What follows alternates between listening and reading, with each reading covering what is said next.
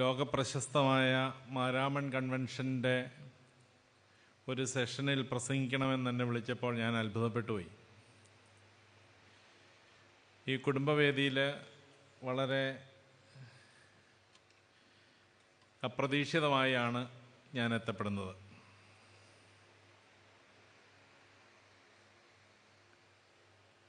തീർച്ചയായിട്ടും അഭിമന്യ തിരുമേനി പറഞ്ഞതുപോലെ കുടുംബം എന്ന സങ്കല്പം തന്നെ ഏറെ വെല്ലുവിളികൾ നേരിടുന്ന ഒരു ജീവിത സാഹചര്യത്തിലാണ് നമ്മൾ ജീവിക്കുന്നത്. ഏതാണ്ട് 22 വർഷങ്ങൾക്ക് മുമ്പ് ഒരു ക്ലിനിക്കൽ സൈക്കോളജിസ്റ്റ് എന്ന നിലയിൽ ഞാൻ പ്രാക്ടീസ് ആരംഭിക്കുമ്പോൾ സാധാരണഗതിയിൽ എന്നെ തേടി വരുന്നത് 6 വർഷമെങ്കിലും പഴക്കമുള്ള കുടുംബങ്ങളായിരുന്നു. വിവാഹം കഴിഞ്ഞ് 6-7 വർഷങ്ങളൊക്കെ ആകുമ്പോഴാണ് കൂടുതൽ പേരും ദാമ്പത്യ പ്രശ്നങ്ങളുമൊക്കെ ആയിട്ട് വരിക പതിവ്. അതിലേറെ മാറ്റം ഉണ്ടായി. 2025 ഏതാണ്ട് 25% ആളുകളും അല്ലെങ്കിൽ കുടുംബങ്ങളും വിവാഹ ജീവിതത്തിൻ്റെ ആദ്യത്തെ മാസത്തിൽ തന്നെ എന്നെ അന്വേഷിച്ചു വന്നു എന്നുള്ളതാണ് സത്യം. ഇതൊരു വലിയ അത്ഭുതപ്പെടുത്തുന്ന വ്യത്യാസമാണ്. അത്യന്താധുനികം എന്നൊക്കെ പറയുന്നത് 2024 ആരംഭിച്ചത് എന്നാണ് എൻ്റെ ഒരു വിചാരം. കോവിഡ് കഴിഞ്ഞപ്പോൾ മുതൽ ഈ അത്യന്താധുനികതയിൽ ചില വ്യത്യാസങ്ങളൊക്കെ അതിൻ്റെ ചില രൂപങ്ങളൊക്കെ പ്രത്യക്ഷപ്പെട്ടെങ്കിലും 2024 മുതൽ കുടുംബങ്ങളുടെ രീതിശാസ്ത്രം തന്നെ വലിയ മാറ്റങ്ങൾക്ക് വിധേയമായി. കല്യാണം കഴിച്ച് 3 ദിവസം കഴിഞ്ഞപ്പോൾ കഴിഞ്ഞ ദിവസം എന്നെ കാണാൻ വന്ന പെൺകുട്ടി പറഞ്ഞു, ഇവനുമൊത്തിനി ജീവിക്കണോ വേണ്ടോ എന്ന് അച്ഛൻ്റെയും കൂടെ ഒരു അഭിപ്രായം കേട്ടിട്ട് തീരുമാനിക്കാമെന്ന് കരുതി വന്നതാണെന്ന്. ഭർത്താവിനെ ശരിക്കൊന്ന് പരിചയപ്പെടുന്നതിന് മുമ്പ് വേണോ വേണ്ടോ എന്നുള്ള തർക്കം മനസ്സിൽ മുറുകിക്കഴിഞ്ഞു. പുതിയ തലമുറയുടെ ഒരു രൂപപരിണാമമാണിത്. എൻ്റെ മനസ്സിനെ ഏറ്റവും കൂടുതൽ സ്വാധീനിച്ച വേദവചനങ്ങളിലൊന്ന് വിശുദ്ധ യോഹന്നാൻ്റെ സുവിശേഷം 10-ാം അധ്യായം 10-ാം വാക്യത്തിൻ്റെ 2-ാം ഭാഗമാണ്. കർത്താവ് ഈ ലോകത്തിൽ വന്നത് എന്തിനെന്ന് അതിനകത്ത് വ്യക്തമാക്കുന്നുണ്ട്. ഞാൻ വന്നത് അവർക്ക് ജീവനുണ്ടാകുവാനും അത് സമൃദ്ധിയായിട്ടുണ്ടാകുവാനും അത്രേ. കർത്താവ് വസിക്കുന്ന ഓരോ കുടുംബത്തിൻ്റെയും സ്വഭാവം ജീവൻ്റെ സമൃദ്ധിയാണെന്ന് ഞാനെപ്പോഴും പറയാറുണ്ട്. വിവാഹം കഴിക്കുന്ന ആളുകളോട് പലപ്പോഴും ഞാൻ ചോദ്യങ്ങൾ ചോദിക്കാറുണ്ട്. ഞാൻ കഴിഞ്ഞ 10-20 വർഷമായിട്ട് ഈ പ്രീ മാരേജ് കൗൺസിലിങ്ങിൻ്റെ ഇൻചാർജ് ആയിട്ടുള്ള ഒരാളാണ് ഞങ്ങളുടെ ഡയോസിസിൽ. അപ്പോൾ കല്യാണം കഴിക്കാൻ വേണ്ടി വരുന്ന ആളുകളെല്ലാം വരുമ്പോൾ ഞാൻ ചോദിക്കാറുണ്ട്, എന്തിനാണ് കല്യാണം കഴിക്കണമെന്ന്. എല്ലാവരും പറയുന്ന ഉത്തരം എന്ന് പറഞ്ഞാൽ സന്തോഷമായിട്ട് ജീവിക്കാനാണെന്നാണ്. കല്യാണം കഴിക്കുവാൻ ഓരോരുത്തരും, ഒരു കുടുംബജീവിതം ആരംഭിക്കുവാൻ ഓരോരുത്തരും എത്രമാത്രം ഒരുങ്ങുകയും എത്രമാത്രം താല്പര്യപ്പെടുകയും ചെയ്യുന്നുണ്ടെന്നുള്ളത് നമുക്കറിയാം. മറ്റൊരാളുടെ, ഒരു സ്ത്രീയുടെ ജീവിതം, ഒരു പുരുഷൻ്റെ ജീവിതം നശിപ്പിക്കാൻ വേണ്ടി ആരും തന്നെ കല്യാണം കഴിക്കുന്നില്ല എന്നാണ് എൻ്റെ വിചാരം. അല്ലെങ്കിൽ അങ്ങനെ കഴിക്കുന്നവരുണ്ടെങ്കിൽ പോലും അത് വളരെ അപൂർവമാണ്. പക്ഷേ വിവാഹം കഴിച്ചു കഴിയുമ്പോൾ ഈ വിവാഹ ജീവിതത്തിൻ്റെ പ്രതിസന്ധികൾ മിക്കവാറും ഒരു വലിയ കൂട്ടം ആളുകളെയും, അതുകൊണ്ട് 60-70% കുടുംബങ്ങളെയും ബാധിക്കുന്നുണ്ടെന്നുള്ളത് ഒരു സത്യസന്ധമായ കാര്യമാണ്. ചിലരൊക്കെ ഇത് പുറത്തറിയിക്കാതെ അങ്ങ് ജീവിക്കും, ചിലർ കുറച്ചൊക്കെ പുറത്തറിയും, എന്നാലും അഡ്ജസ്റ്റ് ചെയ്ത് ജീവിക്കും. ചിലർ ഒരു വീട്ടിൽ തന്നെ പല രീതിയിൽ ജീവിക്കും, പല കുടുംബങ്ങളായി ജീവിക്കും, അങ്ങനെ പല തരത്തിൽ ജീവിക്കാം. പക്ഷെ ആത്യന്തികമായിട്ട് ഈ വിവാഹിതരായ ഓരോരുത്തരും നന്നായി കുടുംബജീവിതം നയിക്കണമെന്ന് വിചാരിച്ച് തന്നെ വിവാഹം കഴിച്ചവരാണ്. പക്ഷെ ഇങ്ങനെയൊക്കെ ആയിപ്പോവുകയാണ്. ചിലപ്പോൾ ചില സഹായങ്ങളൊക്കെ ഈ കുടുംബജീവിതത്തെ തിരികെ ഊഷ്മളതയിലും ജീവൻ്റെ സമൃദ്ധിയിലും ഒക്കെ തിരികെ എത്തിക്കാൻ സഹായിച്ചേക്കാമെന്നാണ് എനിക്ക് തോന്നുന്നത്. നമ്മളൊന്ന് ചെറിയ രീതിയിൽ മാറി ചിന്തിച്ചാൽ മതി. ഞാനേതാണ്ട് ഒരു 11 വർഷക്കാലം മൂവാറ്റുപുഴ അരമനപ്പള്ളിയിൽ വികാരിയായിരുന്നു.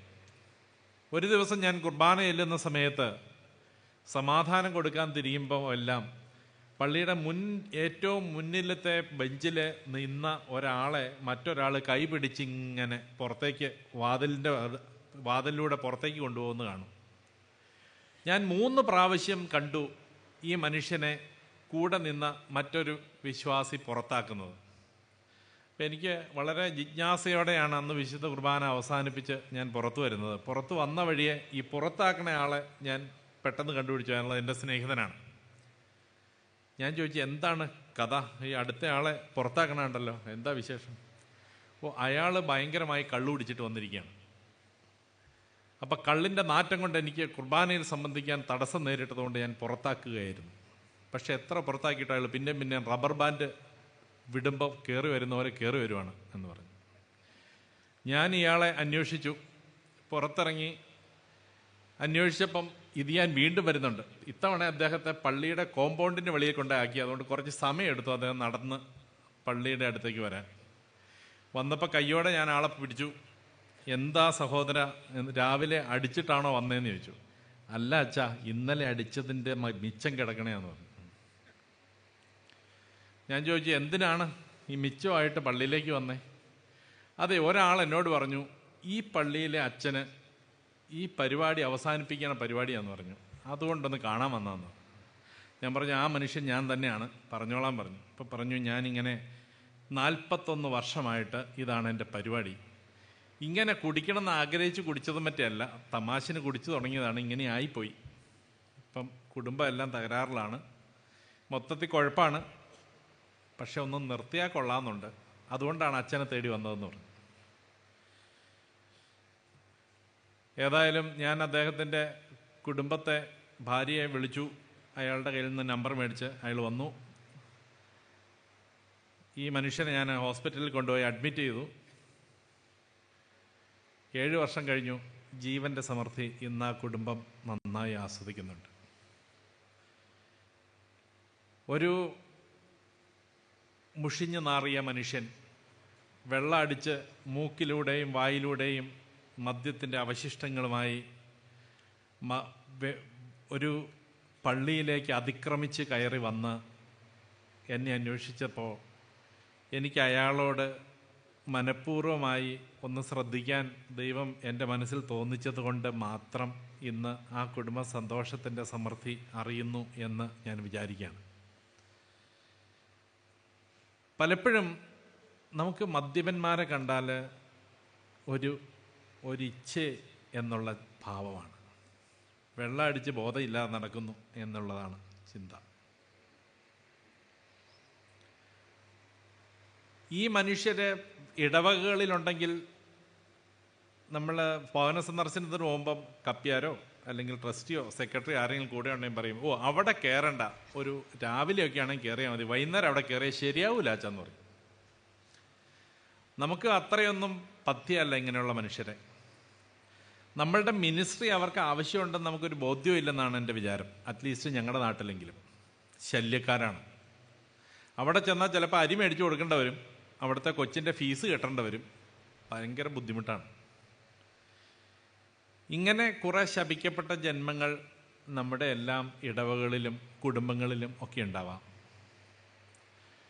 പക്ഷേ നമ്മുടെ ഒരു ചിന്ത ഇവന്മാരൊക്കെ തോന്നിയവാസികളായതുകൊണ്ടാണ് ഇങ്ങനെ ആയിപ്പോയെന്നാണ്.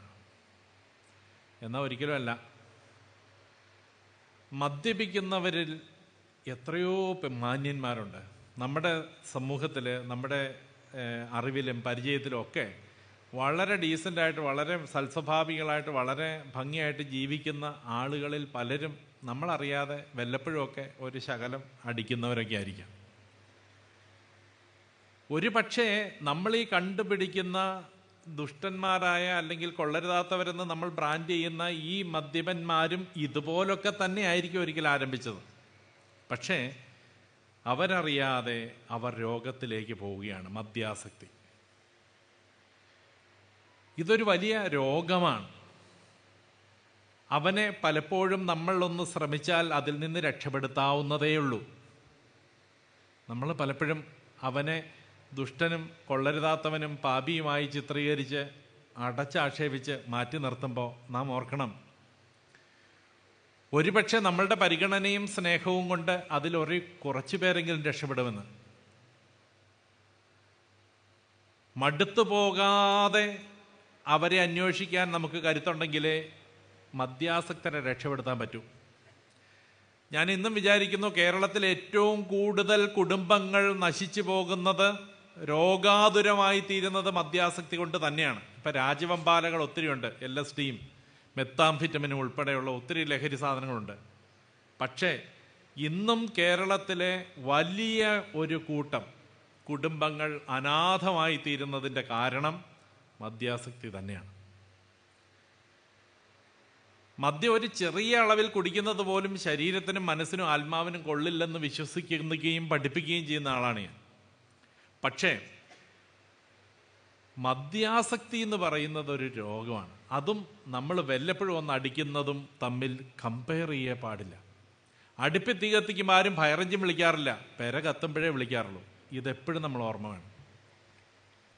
മദ്യത്തിന് അടിമയായി പോകുന്നത് അതൊരു രോഗാവസ്ഥയിലേക്കുള്ള മാറ്റാണ്. മനഃപൂർവ്വം ആർക്കും അമിതമായി മദ്യപിക്കാനാവില്ല. ഞാൻ മദ്യപിക്കാത്ത ആളാണ്. പക്ഷെ ഞാനിപ്പോൾ ഇവിടെ ഇരുന്ന് കുടിക്കാൻ തുടങ്ങിയാൽ എനിക്കൊരു ലിമിറ്റുണ്ട്. ചിലപ്പോൾ 1 പെഗോ 1.5 പെഗോ 2 പെഗോ ആവുമ്പോൾ ഞാൻ ഓഫായി പോകും. നമ്മുടെ ശരീരത്തിന്, നമ്മുടെ എല്ലാ മനുഷ്യരുടെ ശരീരത്തിന് മദ്യത്തെ 3 പെഗിലധികം കുടിക്കുന്നതിന് മുമ്പ് പ്രതിരോധിക്കാൻ ഉള്ള ശേഷിയുണ്ട്. ഒന്നുമല്ലെങ്കിൽ നമ്മൾ ഓഫായി പോവും, ഇല്ലെങ്കിൽ ഛർദ്ദിക്കാൻ തുടങ്ങും. ഇത് ശരീരത്തിൻ്റെ മെക്കാനിസമാണ്. ഈ മെക്കാനിസം ചുരുക്കം പേരിൽ നഷ്ടപ്പെട്ടു പോകുന്ന പ്രവണതയുണ്ട്. ഇങ്ങനെ നഷ്ടപ്പെടുമ്പോഴാണ് അവർക്ക് അമിതമായി കുടിക്കാൻ പറ്റുന്നത്. ഇന്നലെ എന്നെ കാണാൻ വന്ന ഒരുത്തനോട് ചോദിച്ചു, എന്നെ മദ്യപിക്കുന്നു, വീട്ടുകാരെല്ലാം പറഞ്ഞു ഭയങ്കര കുടിയാന്ന്, എന്താ കാര്യം എന്ന് ചോദിച്ചപ്പോൾ അദ്ദേഹം പറഞ്ഞു, അച്ഛാ ഞാൻ പാമ്പാക്കടയിൽ നിന്ന് വണ്ടി ഓടിച്ചാണ് ഇവിടെ വന്നത്. ഇന്ന് നേരം വെളുത്തിട്ട് 11 മണിയായുള്ളൂ. ഞാൻ 11 പെഗ് അടിച്ചു. 11 പെഗ് അടിച്ചിട്ടും ഞാൻ വണ്ടി ഓടിച്ച് ഇവിടെ വന്നു. എന്നോടാണോ അച്ഛൻ മദ്യത്തിന് അടിമയാണോ എന്ന് ചോദിക്കുന്നത്? ഞാൻ ഇപ്പോഴും സ്റ്റേണായിട്ട് നിൽക്കുന്നു, എൻ്റെ നാക്കുകൾ കുഴയുന്നില്ല, എൻ്റെ വണ്ടി സ്റ്റഡിയായിട്ട് ഇവിടെ വന്നു. ഇതാണ് അവൻ്റെ പറച്ചിൽ. മദ്യത്തിന് അടിമയാണെങ്കിൽ നമ്മുടെ നാവ് കുഴയില്ല എത്ര കുടിച്ചാലും. ഒരു മനുഷ്യന് അമിതമായി കുടിക്കാനും എത്ര കുടിച്ചാലും പ്രതിരോധത്തോടെ നിൽക്കാനും ഉള്ള കഴിവ് ലഭിക്കുന്ന അവസ്ഥയാണ് മദ്യാസക്തി. ഇത് രോഗമാണ്. ഇത് ആംബിയറല്ല, കഴിവല്ല. ഇവിടെ നമ്മൾ മനസ്സിലാക്കിയേ പറ്റൂ. കുടുംബങ്ങളിൽ ഇങ്ങനെയുള്ളവർ പോയി ചിലപ്പോൾ ബഹളം ഉണ്ടാക്കും, ഇങ്ങനെയുള്ളവർ രോഗികളായിത്തീരും, കുടുംബത്തിൻ്റെ ഉത്തരവാദിത്തങ്ങൾ ഏറ്റെടുക്കാതെ വരും. ഇങ്ങനെ കുടുംബം രോഗാവസ്ഥയിലേക്ക് നീങ്ങുമ്പോൾ ഓർക്കണം, ആ രോഗാവസ്ഥയിലായി പോയ കുടുംബത്തിൻ്റെ നാഥനായ ഒരു മനുഷ്യനാണ് അതിന് കാരണക്കാരനെങ്കിൽ അയാളൊരു രോഗിയാണ്. ഇപ്പോൾ ക്രൈസ്തവ സഭകളെല്ലാം ഡി അഡിക്ഷൻ സെൻ്ററുകൾ തുടങ്ങുന്നുണ്ട്. വളരെ നല്ലൊരു കാര്യമാണ്. പക്ഷേ അപ്രോച്ച് മാറുന്നില്ല. എൻ്റെ അടുത്ത് ഈ ദേശങ്ങളിൽ നിന്നൊക്കെ ആളുകൾ വന്ന് അഡ്മിറ്റ് ആവാറുണ്ട്. അതിന് കാരണം എന്നാ വെച്ചാൽ, അച്ഛാ ഈ കുടിക്കുന്നത് നിർത്താൻ വേണ്ടി അഡ്മിറ്റായി എന്ന് പറഞ്ഞാൽ മോശമല്ലേ? ഈ പാർട്ടി 3 ദിവസമായിട്ട് ഓടെ കിടന്നതാണ്, ഒരു മോശമില്ല. പക്ഷെ നമ്മൾ മനസ്സിലാക്കണം, നമുക്ക് മദ്യപിക്കുന്നവരോടുള്ള അവജ്ഞയും അവഗണനയും ഈ രോഗത്തെ തിരിച്ചറിയാനും അംഗീകരിക്കാനും ചികിത്സ നേടാനും തടസ്സമായി തീരുന്നെങ്കിൽ നമ്മൾ ജീവൻ്റെ സമൃദ്ധിയെ തടസ്സപ്പെടുത്തുന്നവരാണെന്ന് മറന്നു പോകരുത്. ഇവിടാണ് പ്രശ്നം. അപ്പോൾ ഇന്നും ലോകത്തിൽ തന്നെ അല്ലെങ്കിൽ കേരളത്തിൽ തന്നെ ഏറ്റവും കൂടുതൽ പേരെ കുടുംബങ്ങളെ ബുദ്ധിമുട്ടിക്കുന്നത് മദ്യാസക്തിയാണെങ്കിൽ അത് ഒരു പാരമ്പര്യ രോഗവും കൂടെയാണ്. പലപ്പോഴും ചില കുടുംബങ്ങളിൽ തുടർച്ചയായി ഈ രോഗം ഓടുന്നത് കാണാം. ചിലർ എത്ര വർഷം മദ്യപിച്ചാലും മദ്യത്തിന് അടിമയാവില്ല. ചിലർ, ഞാനൊരിക്കൽ ഓർക്കുന്നു, ഞാനൊരു IPS ഉദ്യോഗസ്ഥനെ ചികിത്സിച്ച കാര്യം എപ്പോഴും ഓർക്കുന്നു. അദ്ദേഹം മദ്രാസിലെ ഒരു IPS ഉദ്യോഗസ്ഥനാണ്. വലിയ ഉദ്യോഗത്തിലിരിക്കുമ്പോൾ എന്നെ കാണാൻ വന്നു. അദ്ദേഹം പറഞ്ഞത്, ഞാൻ 43-ാമത്തെ വയസ്സിലാണ് ആദ്യമായി മദ്യപിക്കുന്നത്. പക്ഷെ അതിനുശേഷം എനിക്ക് ഇന്ന് വരെ നിയന്ത്രണം കിട്ടിയിട്ടില്ല. അവിടെയാണ് പ്രശ്നം. ഒരു പ്രാവശ്യം കൊണ്ട്, അങ്ങനെ ഞാൻ ഒരിക്കൽ മാത്രമേ ഒരാൾ അങ്ങനെ പരിചയപ്പെട്ടിട്ടുള്ളൂ, ഒരിക്കൽ കുടിച്ചപ്പോഴേക്കും അവൻ്റെ തലച്ചോറ് മദ്യത്തിന് വേണ്ടിയുള്ള ക്രേവിങ്ങിൽ പെട്ടുപോയി. പക്ഷേ ഓർക്കണം, നമ്മൾ ഓരോരുത്തരും അറിയണം, നമ്മുടെ കുഞ്ഞുങ്ങളെ പരിചയപ്പെടുത്തണം, മദ്യത്തിനെ അമിതമായി ഉപയോഗിക്കാൻ സാധിക്കുന്ന അവസ്ഥ രോഗാവസ്ഥയാണ്. ആ രോഗാവസ്ഥയുള്ള ആളുകളുടെ മക്കളും കൊച്ചുമക്കളും ഒന്നും മദ്യം രുചിച്ചു പോലും നോക്കാതിരിക്കാനുള്ള ശ്രദ്ധയിൽ വേണം വളരാൻ. ആ നിലയിൽ നമ്മൾ സഭാ ശുശ്രൂഷകളെ ക്രമപ്പെടുത്തേണ്ടതുണ്ടെന്നാണ് എൻ്റെ വിചാരം. പക്ഷെ പുതിയ തലമുറ കുറച്ചുകൂടെ വ്യത്യസ്തരാണ്. 11ാം ക്ലാസ്സിൽ പഠിക്കുന്ന ഒരു കൊച്ച് കഴിഞ്ഞ ദിവസം എന്നെ കാണാൻ വന്നു. അവളെ കൊണ്ട് അവൻ്റെ അപ്പനും അമ്മയും കൂടെയാണ് വന്നത്. അവളുടെ പ്രധാനപ്പെട്ട പണി കോട്ടയത്ത് വന്ന് യൂണിഫോമിൽ കോട്ടയത്ത് വന്ന് സാധനം വാങ്ങി കുറുപ്പമ്പടി എന്ന് പറയുന്ന സ്ഥലത്ത്, കോതമംഗലം അടുത്തുള്ളൊരു സ്ഥലമാണ്, അവിടെ കൊണ്ടുപോയി കൊടുത്താൽ 25,000 രൂപ കിട്ടും. പിന്നെ ആവശ്യത്തിന് കഞ്ചാവും കിട്ടും. അപ്പോൾ ഇവളുടെ സ്വഭാവത്തിൽ വന്ന വ്യത്യാസം കണ്ട് മാതാപിതാക്കൾ ചോദ്യം ചെയ്തു. അങ്ങനെ അവസാനം കണ്ടുപിടിച്ചു, ഇവൾക്ക് കുസൃതികളെല്ലാം കണ്ടുപിടിച്ചു. ആള് കൊണ്ട് എന്നെ കാണാൻ വന്നതാണ്. ഈ പെൺകുട്ടി എന്നോട് പറയുന്ന ഒരു കാര്യം എന്താണെന്ന് വെച്ച് കഴിഞ്ഞാൽ, അച്ഛൻ ഇതിനെപ്പറ്റി വലിയ ബോധ്യമൊന്നുമില്ല, അതാണ് പ്രശ്നം. ഈ കഞ്ചാവെന്ന് പറഞ്ഞാൽ പ്രകൃതി ജന്യമായ ഒരു സാധനമാണ്. ദൈവം പ്രകൃതിയിൽ മനുഷ്യന് ദോഷമായിട്ടുള്ളതൊന്നും സൃഷ്ടിച്ചിട്ടില്ല. ഒരു 15 മിനിറ്റ് ക്ലാസ് കഴിഞ്ഞപ്പോൾ ഞാൻ വിചാരിച്ചു, ഞാൻ എന്തൊരു മണ്ടനായി പോയി, കാണാവുന്ന മനുഷ്യരെല്ലാം ചികിത്സിച്ച് വെറുതെ ദൈവദോഷം വരുത്തി വെച്ചല്ലോ എന്ന്.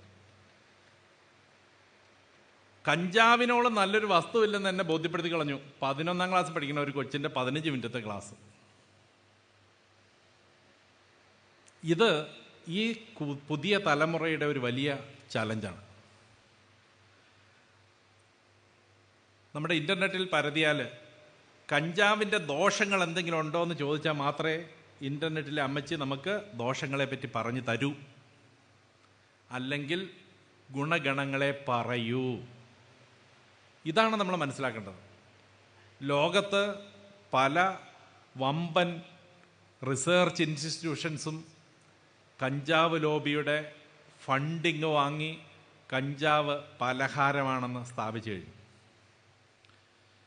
ഒരു കാര്യം എനിക്കിതിനോട് പറയാനുണ്ട്. ഞാൻ ഈ കുട്ടിയെ വിളിച്ച്, ഞങ്ങൾക്ക് മൗലാന ആസാദ് വാർഡ് എന്ന് പറഞ്ഞൊരു വാർഡുണ്ട്, ആ വാർഡിൽ കൊണ്ടുപോയി 26 ബെഡുള്ള ഒരു കൊച്ചു വാർഡ് കാണിച്ചു കൊടുത്തു. ഈ കിടക്കുന്ന ചേട്ടന്മാരൊക്കെ മോള് പറഞ്ഞ കഞ്ചാവ് രുചിച്ച് മാനസിക വിഭ്രാന്തിയിലെത്തിയവരാണ്.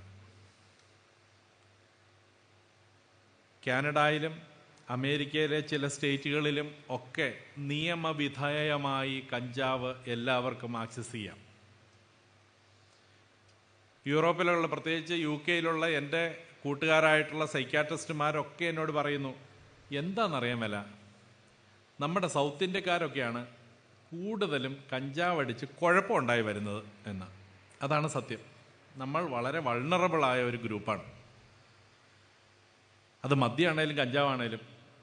മദ്യം ഇപ്പോൾ യൂറോപ്പിലും അമേരിക്കയിലൊക്കെ വെള്ളക്കാരുടെ ഇടയിൽ, ഇപ്പോൾ റഷ്യക്കാരുടെ ഇടയിൽ മദ്യത്തിന് അടിമയാവാനുള്ള സാധ്യത 2% മാത്രമാണ്. നമ്മുടേത് 20 മുതൽ 25% വരെയാണ്. 10 ഇരട്ടി സാധ്യതയാണ് മദ്യത്തിന് അടിമയാവാനുള്ളത്. സൗത്ത് ഇന്ത്യൻ കമ്മ്യൂണിറ്റിക്ക് ഇത്തരത്തിലുള്ള സൈക്കോട്രോപിക് ഡ്രഗുകളോടുള്ള പ്രശ്നം വളരെ കൂടുതലാണ്. മദ്യാസക്തി പോലെ തന്നെ ഒരു പ്രശ്നമാണിത്. കഞ്ചാവ് അടിക്കുന്നവരിൽ ഏതാണ്ട് 90% പേര് 3 വർഷത്തിനുള്ളിൽ സൈക്യാട്രിക് സിംറ്റംസ് ഉണ്ടാക്കുന്നു. പണ്ട് കഞ്ചാവ്, ഞാൻ മെഡിക്കൽ കോളേജിൽ പഠിക്കുന്ന സമയത്ത് കഞ്ചാവ് അടിച്ച് വരുന്നത് ആ നാട്ടിലെ ഏറ്റവും മോശക്കാരായിട്ടുള്ള മധ്യവയസ്സ് കഴിഞ്ഞ, കുറച്ച് വേണമെങ്കിൽ സൈക്യാട്രിക് പ്രോബ്ലം കൂടെ ഉള്ള ആളുകളാണ് ഈ കഞ്ചാവ് അടിച്ച് വരുന്നത്. പക്ഷെ ഇന്ന് അങ്ങനെയല്ല. എൻ്റെ ഏറ്റവും യങ്ങസ്റ്റ് കഞ്ചാവ് പേഷ്യൻറ്റിന് 9 വയസ്സേ ഉണ്ടായിരുന്നുള്ളൂ. 15, 16, 20 വയസ്സുള്ള ധാരാളം കുട്ടികൾ കഞ്ചാവ് വളരെ വിശേഷപ്പെട്ട വസ്തുവാണെന്ന് പഠിക്കുകയും പഠിപ്പിക്കുകയും ചെയ്ത് അത് ഉപയോഗിച്ചുകൊണ്ടിരിക്കുകയാണ്. ഇതിനെ ഗ്ലോറിഫൈ ചെയ്യുന്ന വളരെ വലിയ ഒരു സോഷ്യൽ നെറ്റ്വർക്കിംഗ് നമ്മുടെ നാട്ടിലുണ്ട്. ഓർക്കണം, MA വാർഡിൽ 15 വർഷം മുമ്പ് അല്ലെങ്കിൽ 10 വർഷം മുമ്പ് ആളുകളെ ഇല്ലായിരുന്നു അഡ്മിറ്റ് ആവാൻ. ഞങ്ങളുടെ മൗലാന ആസാദ് വാർഡിൽ അഡ്മിറ്റ് ആവാൻ ആളുകൾ തീരെ കുറവായിരുന്നു. ഇപ്പം 365 ദിവസവും ഹൗസ്ഫുള്ളാണ് ആ വാർഡ്. കഞ്ചാവ് അടിച്ച് വിദേശ രാജ്യങ്ങളിലുള്ള നമ്മുടെ കേരളീയരായ ആളുകളും അതുപോലെ നാട്ടിലുള്ള കുട്ടികളും ഒക്കെ അഡിക്ഷന് പെട്ട് അതിൻ്റെ അനന്തരഫലമായിട്ട് സൈക്യാട്രിക് പ്രോബ്ലം ഉണ്ടായി വരികയാണ്. ഞാനൊരു ഗ്യാരണ്ടി നിങ്ങളോട് പറയാം. കഞ്ചാവ് പ്രകൃതിജന്യമാണെങ്കിലും അടിച്ചാൽ പണി കിട്ടും. 92% ആളുകൾക്ക് വരെ 3 വർഷത്തിനുള്ളിൽ സൈക്യാട്രിക് പ്രോബ്ലം ഉണ്ടായേക്കാം. ഇത് സംബന്ധിച്ചുള്ള ധാരണകൾ നമുക്കുണ്ടാവണം. കാരണം ഇൻ്റർനെറ്റിൽ കൗണ്ടർ കൗൺസിലിംഗ് ഇഷ്ടംപോലെ നടക്കുന്നുണ്ട്. ഈ കഞ്ചാവ് അടിച്ചാൽ സാധനം വളരും, എന്നതാ നമ്മുടെ എന്നതാ ഭാവന ഉണരൂ എന്നാണ് പറഞ്ഞത്. ഒന്ന്, ഇത് പ്രകൃതിജന്യമാണ്, അതുകൊണ്ട് ഒരു ദോഷവും ഇല്ല. 2, ഇത് ഭാവന ഉണർത്തുന്ന മൂലികയാണ്. അതുപോലെ തന്നെ കഞ്ചാവ് നല്ലതാണെന്നുള്ള ധാരാളം പഠനങ്ങൾ ലഭ്യമാണ്. ഇതൊക്കെയാണ് കുഞ്ഞുങ്ങളുടെ ആർഗ്യുമെൻ്റ്. പക്ഷേ ഈ ആർഗ്യുമെൻറ്റിനേക്കാളും ഒക്കെ വിലപ്പെട്ടതാണ് നമ്മുടെ എക്സ്പീരിയൻസ്. കഞ്ചാവ് സ്ഥിരമായി ഉപയോഗിച്ച് കഞ്ചാവ് നിർത്തി 3 വർഷം കഴിഞ്ഞിട്ട് പോലും ആളുകൾക്ക് സൈക്യാട്രിക് ഇൽനെസ് വരുന്നത് കാണുന്നുണ്ട്. പലപ്പോഴും ഒരു തരത്തിലുള്ള ഫാമിലി ബാക്ക്ഗ്രൗണ്ടോ ജനിതകപരമായ കാര്യങ്ങളോ ഒന്നും ഇല്ലാഞ്ഞിട്ടും ഈ കുട്ടികൾക്കൊക്കെ ഇങ്ങനെ വരുമ്പോൾ ഞങ്ങളൊക്കെ സംശയിക്കുന്നുണ്ട്, ഇത് അവൾ പണ്ട് കഞ്ചാവ് നിരന്തരം ഉപയോഗിച്ചതിൻ്റെ അനന്തരഫലമായിരിക്കാം. ഇതുപോലെ മറ്റൊന്നാണ് ഈ രാസലഹരികൾ. ഞാൻ മെഡിക്കൽ കോളേജ് പഠിക്കുമ്പം അന്ന് LSDയെ പറ്റി പഠിപ്പിച്ചപ്പോൾ ഞാനൊരു സംശയം ചോദിച്ചപ്പോൾ ഞങ്ങളുടെ ഹെഡ് ഓഫ് ദി ഡിപ്പാർട്ട്മെൻറ്റ് എന്നോട് പറഞ്ഞ ഇങ്ങനെയാണ്: ഇത് അമേരിക്കക്കാരൻ്റെ പാർട്ടി ഡ്രഗാണ്, 1 ഗ്രാമിന് 1 ലക്ഷം രൂപയാണ് വില. നീ എന്തിനാ ഇതിനെപ്പറ്റി പഠിക്കണേ? നീ ഒന്നും ഏതായാലും അമേരിക്കയ്ക്കും പോകാൻ പോകണില്ല, LSD അടിച്ച് ആളെ ചികിത്സിക്കാനും പോകണില്ല. മെത്താംഫെറ്റമിനെ പറ്റി ഇത് തന്നെ അഭിപ്രായം പറഞ്ഞു. പക്ഷേ ഇന്ന് ഒരു മാസം 10 മുതൽ 50 വരെ ആളുകൾ LSDയോ മെത്താംഫെറ്റമിനോ അടിച്ച് കുഴപ്പത്തിലായി വരുമ്പോൾ പുതിയത് പഠിക്കേണ്ടി വരുന്നു. പലപ്പോഴും ഇപ്പം നിലവിൽ 30 പേരോളം ഞാൻ ഈ രാസലഹരി ഉപയോഗിച്ച ആളുകളെ നിലവിൽ അവിടെ അഡ്മിറ്റ് ചെയ്തിട്ടുണ്ട്. ഇവരിൽ ഭൂരിപക്ഷം പേരും വന്നത് ഏതെങ്കിലും സൈക്യാട്രിക് സിംറ്റം ആയിട്ടാണ്.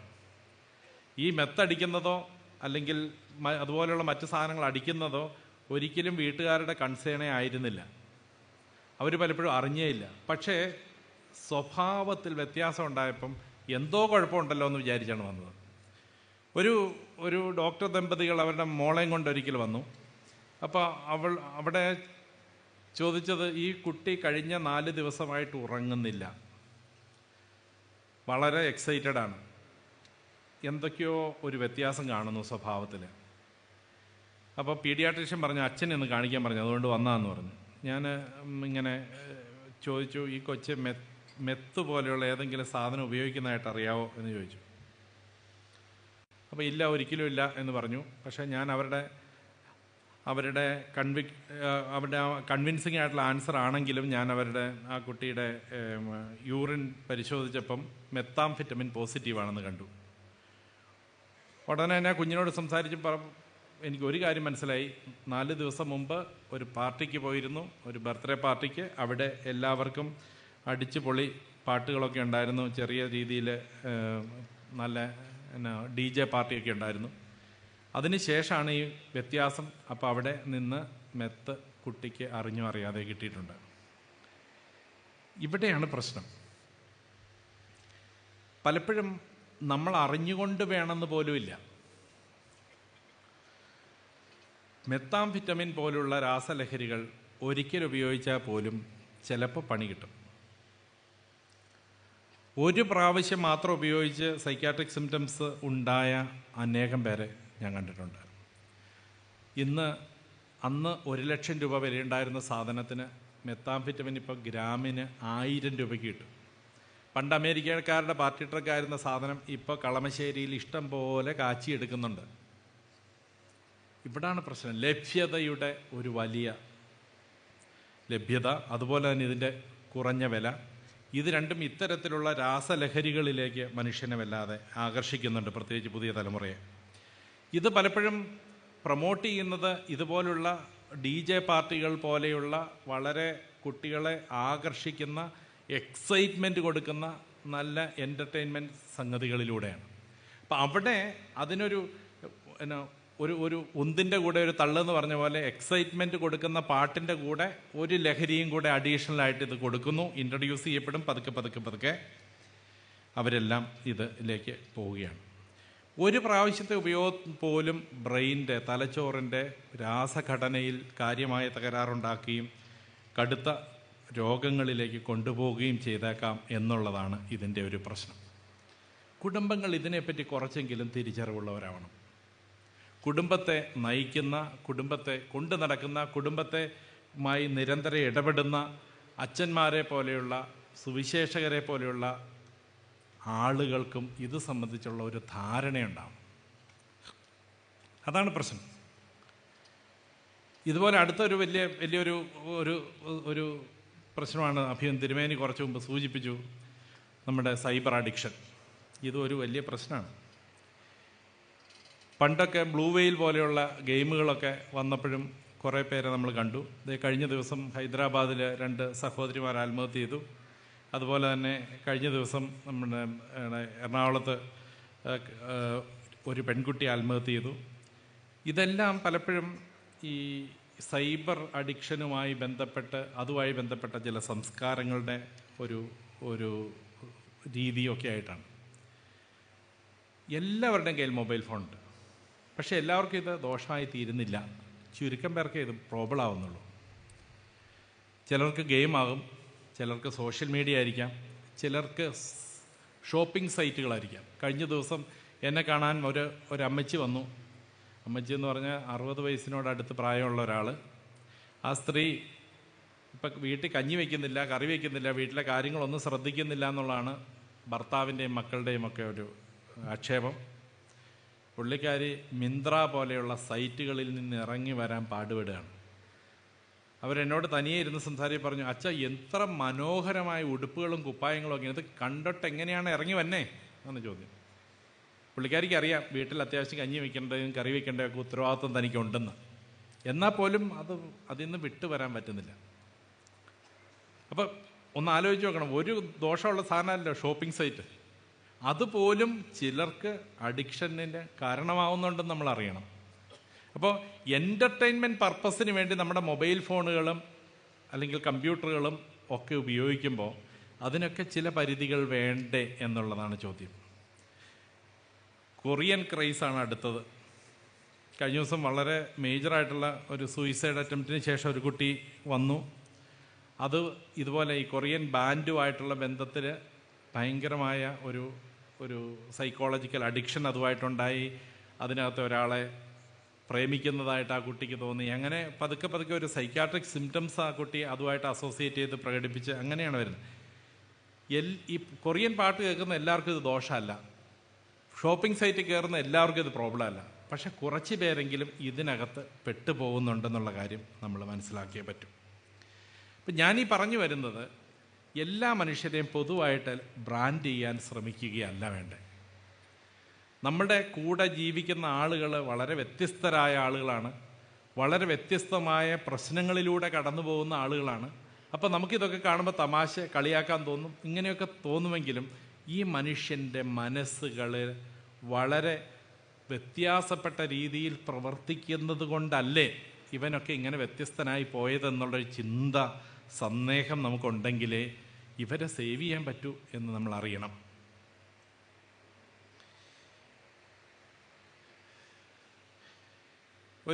കുറച്ച് നാളുകൾക്ക് മുമ്പ് ഒരു സ്ത്രീയെ കൊണ്ട് അതിൻ്റെ വീട്ടുകാരൻ എന്നെ കാണാൻ വന്നു. അപ്പം കാരണം അന്വേഷിച്ചപ്പം ഈ ഭർത്താവ് കൂടെ ഇരിക്കുന്ന ഭർത്താവിൻ്റെ ഇടത്തെ കൈ ഇങ്ങനെ ഒരു സഞ്ചിക്കകത്തിട്ടേക്കും, ഇങ്ങനെ കൈ ഇങ്ങനെ വെച്ചു. അപ്പോൾ എന്നെ അത് കാര്യങ്ങളെപ്പറ്റി പറഞ്ഞപ്പം ഈ കുട്ടി വിവാഹം കഴിച്ചത് സ്നേഹിച്ച് പ്രേമിച്ച് വിവാഹം കഴിച്ചതാണ്. വിവാഹം കഴിഞ്ഞിട്ട് ഇപ്പോൾ 12 വർഷമായി. വളരെ ക്ഷിപ്രകോപം ഉള്ള ഒരാളാണ് ഈ പെൺകുട്ടി എന്ന് വീട്ടുകാർ പറയുന്നു.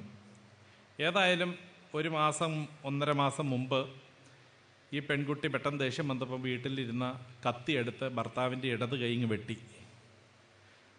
മൈക്രോവാസ്കുലാർ സർജറി ചെയ്ത് അത് കൂട്ടി യോജിപ്പിച്ച് സഞ്ചിക്കകത്തിട്ട് വന്നതാണ്. 1.5 മാസം ICUയിൽ കിടന്ന് ചികിത്സിച്ച് കൈയൊന്ന് സെറ്റായി കഴിഞ്ഞപ്പം ഭാര്യയും കൊണ്ട് ഭർത്താവും ഭാര്യയുടെ സഹോദരിയും കൂടെ എന്നെ കാണാൻ വന്നതാണ്. ഈ കുട്ടിയെ പറ്റി സംസാരിക്കുമ്പോൾ എത്ര തീവ്രമായാണ് തൻ്റെ ഭർത്താവിനെ സ്നേഹിക്കുന്നത്, എത്ര ഭംഗിയായിട്ടാണ് ഭർത്താവിൻ്റെ ഇപ്പോഴത്തെ രോഗശൈലിയിൽ നോക്കുന്നത്, ഇതൊക്കെ നമുക്ക് കാണാം. ഭയങ്കരമായ കുറ്റബോധമുണ്ട്. പക്ഷേ ദേഷ്യം വന്നാൽ നിയന്ത്രണമേ ഇല്ല. ഇതാണ് പ്രശ്നം. ഏതാണ്ട് 6 വർഷമായിട്ട് എൻ്റെ അടുത്ത് അവർ ഇപ്പോഴും റെഗുലറായി വരുന്നുണ്ട്. ഈ ഇപ്പം ഈ ഭർത്താവ് ഏതാണ്ട് നന്നായി തന്നെ സുഖപ്പെട്ടു. എന്നാലും ഈ മുറിഞ്ഞു പോയ കയ്യ്, തിരികെ പിടിപ്പിച്ച കയ്യ് ഈ പെൺകുട്ടി, ഈ സ്ത്രീയുടെ കയ്യിലാണ് എപ്പോഴും. എത്ര നമുക്ക് അത്ഭുതം തോന്നുന്നു, എത്ര മനോഹരമായിട്ടാണ് ഭർത്താവിനെ അവൾ ശുശ്രൂഷിക്കുന്നതെന്ന്. പക്ഷേ ഞാൻ പറഞ്ഞു, ഇപ്പം ഒരു കുഴപ്പമില്ല, നന്നായിട്ടൊക്കെ പോകുന്നുണ്ടല്ലോ, ഇപ്പം കഴിച്ചുകൊണ്ടിരിക്കുന്ന ആ ചെറിയ മരുന്നും കൂടെ വേണമെങ്കിൽ ഒന്ന് നിർത്തിയേക്കാം, നമുക്ക് ഡോക്ടറോടൊന്ന് പറയാം എന്ന് പറഞ്ഞു കഴിഞ്ഞപ്പോൾ ആ കുട്ടി പറഞ്ഞു ഇങ്ങനെയാണ്, അല്ല, ഒരു ഗുളികയിൽ ഒരു കുടുംബത്ത് സമാധാനം ഉണ്ടെങ്കിൽ ആ ഗുളിക അവിടെ കിടന്നോട്ടെ എന്ന്. മനസ്സിലാണ്ടോ? നമ്മുടെ നോട്ടത്തിൽ ഒരു ഭർത്താവിൻ്റെ കൈ വെട്ടിമുറിക്കാൻ മാത്രം ദുഷ്ടയായ ഒരു പെൺകുട്ടിയാണ്. പക്ഷേ ആ കുട്ടി അതിന് കിട്ടേണ്ട സഹായം കിട്ടിയപ്പോൾ ഭർത്താവിൻ്റെ ഏറ്റവും പ്രിയപ്പെട്ട ഒരു ഭാര്യയായി എന്ന് മാത്രമല്ല, അതിനുവേണ്ടി എത്ര ത്യാഗങ്ങൾ കഴിക്കാനും ഈവൻ മരുന്ന് കഴിക്കാനും ഒക്കെ അവർക്ക് ഉണ്ടായ ഒരു ഡെഡിക്കേഷൻ. ഇന്ന് വളരെ മനോഹരമായ കുടുംബം പോകുന്നുണ്ടെങ്കിൽ അതിന് കാരണം ആ പെൺകുട്ടിയുടെ കമ്മിറ്റ്മെൻറ്റാണ് ടുവേർഡ്സ് ട്രീറ്റ്മെൻറ്റ്. നമ്മൾ പലപ്പോഴും ഇങ്ങനെയാണ്, ഒരാളെ അങ്ങ് ബ്രാൻഡ് ചെയ്യും. ഒരു കുഴപ്പം കാണിച്ചാൽ, ഒരു അപകടം ഉണ്ടായാൽ വീണ്ടെടുപ്പിൻ്റെ ഒരു ശുശ്രൂഷയെ നമുക്കില്ല, ബ്രാൻഡ് ചെയ്ത് നശിപ്പിക്കുകയാണ്. പിന്നെ കൊള്ളരുതാത്തവളുമായിട്ട് നമ്മൾ അവരെ ബ്രാൻഡ് ചെയ്യും. പ്രത്യേകിച്ച് ആത്മീയ മേഖലയിലുള്ള നമ്മുടെ ഒരു വലിയ കുഴപ്പമായിട്ട് എനിക്ക് തോന്നാറുണ്ട്. ഏതാനും മാസങ്ങൾക്ക് മുമ്പ് ഒരു ഭർത്താവ് സ്ഥിരം വരുന്ന പോലെ തന്നെ ഒരു ഭാര്യയും ഭർത്താവും ഇങ്ങനെ വഴക്കുകൂടി വന്നു. ഭാര്യയെ ഭർത്താവ് നിരന്തരം സംശയിക്കുന്നു എന്നുള്ളതാണ് പ്രശ്നം. അപ്പം ഈ ഭാര്യ പറയുന്നുണ്ട്, ഇദ്ദേഹത്തിന് എന്നെ സംശയിക്കാനുള്ള ഒരു കാരണവുമില്ല, കാരണം ഞാൻ അൺഎംപ്ലോയിഡ് ആണ്, വീട്ടിൽ തന്നെ നിൽക്കുന്ന ആളാണ്, വീട്ടിൽ നിറയെ CCTV ആണ്, അതുകൂടാതെ അമ്മായിയമ്മയും 2 മക്കളും വീട്ടിലുണ്ട്, പിന്നെ എന്തിനാണ് എന്നെ സംശയിക്കുന്നത്, ഭർത്താവിൻ്റെ കൂടെ അല്ലാതെ ഞാൻ പുറത്ത് പോകാറില്ല, ഇതൊക്കെയാണ് സംശയം. എന്നിട്ടും ഭർത്താവിന് സംശയമാണ്. അപ്പം ഈ ഭർത്താവിൻ്റെ പെങ്ങൾ പറഞ്ഞൊരു സ്റ്റേറ്റ്മെൻ്റ് ഉണ്ട്, അച്ഛാ തീയില്ലാതെ പുക വരുമോ? അപ്പോൾ ഇവന് സംശയം ഉണ്ടെങ്കിൽ എന്തെങ്കിലും കുഴപ്പം ഇവക്ക് കാണും, അതുകൊണ്ടല്ലേ. അപ്പം ഞാൻ അവരോട് ചോദിച്ചു, എന്തെങ്കിലും കുഴപ്പമുണ്ടെങ്കിൽ ആ ഒരു കുഴപ്പം പറ. അതൊന്നും പറയാൻ അറിയാമല്ല, അതൊന്നും അവർക്ക് കാണാൻ പറ്റുന്നില്ല. പക്ഷേ തീയില്ലാതെ പുക വരുമോ? മനസ്സിൻ്റെ കാര്യത്തിൽ തീയില്ലാതെ പുക വരും, അതാണ് പ്രശ്നം. ഒരു കാരണവുമില്ലാതെ മനുഷ്യന് സംശയങ്ങളുണ്ടായേക്കാം. അത് ഭാര്യയെ സംശയിക്കുന്ന ഭർത്താവാം, ഭർത്താവിനെ സംശയിക്കുന്ന ഭാര്യയാവാം, അയൽപക്കംകാരെ സംശയിക്കുന്ന അയൽപക്കംകാരാവാം, അല്ലെങ്കിൽ കപ്പ്യാരെ സംശയിക്കുന്ന അച്ഛനാവാം, അച്ഛനെ സംശയിക്കുന്ന കപ്പ്യാരാവാം, ഒക്കെ ആവാം. ഒരു കാരണവുമില്ലാതെ മനുഷ്യ മനസ്സുകളിൽ പലപ്പോഴും സംശയങ്ങൾ വന്നേക്കാം. ഈ സംശയം അബ്നോർമലായിട്ടുള്ള ഒരു സംശയമായിരിക്കാം. ചിലപ്പോഴെങ്കിലും ഇത്തരത്തിലുള്ള ആളുകൾ നമ്മുടെ ഇടയിൽ വലിയ കുഴപ്പങ്ങളുണ്ടാക്കാറുണ്ട്. ഇവിടെ പലപ്പോഴും സംഭവിക്കുന്ന കാര്യം എന്താണെന്ന് വെച്ചാൽ, ഈ സംശയിക്കുന്ന ആളുകൾക്ക് ഞാൻ സംശയിക്കുന്നത് ഒരു യാഥാർത്ഥ്യബോധമില്ലാതെയാണെന്നുള്ളൊരു തിരിച്ചറിവില്ലാതെ പോവുകയാണ്. അപ്പോൾ എന്ത് പറ്റും? അവരൊരു ട്രീറ്റ്മെൻറ്റിന് വില്ലിങ് ആവില്ല. പക്ഷേ അവരെ ഇങ്ങനെയുള്ള പലരെയും ആശുപത്രിയിലെത്തിക്കുന്നത് വീട്ടുകാരോ അല്ലെങ്കിൽ പള്ളിക്കാരോ അല്ലെങ്കിൽ അമ്പല കമ്മിറ്റിക്കാരോ SNDPക്കാരോ ഒക്കെയാണ് പലപ്പോഴും ഇവരെ കൊണ്ടുവരുന്നത്. യാഥാർത്ഥ്യബോധമില്ലാത്ത സംശയങ്ങളാണെന്നുള്ള തിരിച്ചറിവിലേക്ക് വീട്ടുകാരോ അല്ലെങ്കിൽ ഇതുപോലുള്ള ആളുകളോ എത്തുമ്പോഴാണ് ട്രീറ്റ്മെൻറ്റിന് ഇവരെ കൊണ്ടുവരുന്നത്. പക്ഷെ അപ്പോഴുമുള്ള പ്രശ്നം, ചിലപ്പോഴെങ്കിലും വീട്ടിലെ ഒരാളെങ്കിലും ഈ ഒരു ട്രീറ്റ്മെൻറ്റിനെതിരെ നിൽക്കുകയും പിന്നീട് ട്രീറ്റ്മെൻറ്റ് വല്ലാതെ നഷ്ടപ്പെടുന്നതും ഒക്കെ കണ്ടിട്ടുണ്ട്. എന്നെ വളരെ സ്വാധീനിച്ച ഒരു കാര്യം, ഒരു വർഷം മുമ്പ് ഇങ്ങനെ ഒരു ഭർത്താവിനെ ഭാര്യയും പ്രായപൂർത്തിയായ 2 പെൺമക്കളും ചേർന്ന് കൊണ്ടുവന്നു. തീർച്ചയായിട്ടും അയാൾക്ക് ഡെലൂഷണൽ ഡിസോർഡർ എന്ന് പറയുന്ന സംശയരോഗമാണെന്ന് മനസ്സിലായി. പക്ഷേ ആ ട്രീറ്റ്മെൻറ്റിന് അദ്ദേഹം വില്ലിങ് അല്ലാത്തതുകൊണ്ട് അദ്ദേഹത്തിൻ്റെ പെങ്ങൾ അദ്ദേഹത്തിൻ്റെ കൂടെ നിന്ന് ട്രീറ്റ്മെൻറ്റ് വേണ്ടെന്ന് കർശനമായി പറഞ്ഞു. അതുകൊണ്ട് ട്രീറ്റ്മെൻറ്റ് നടന്നില്ല.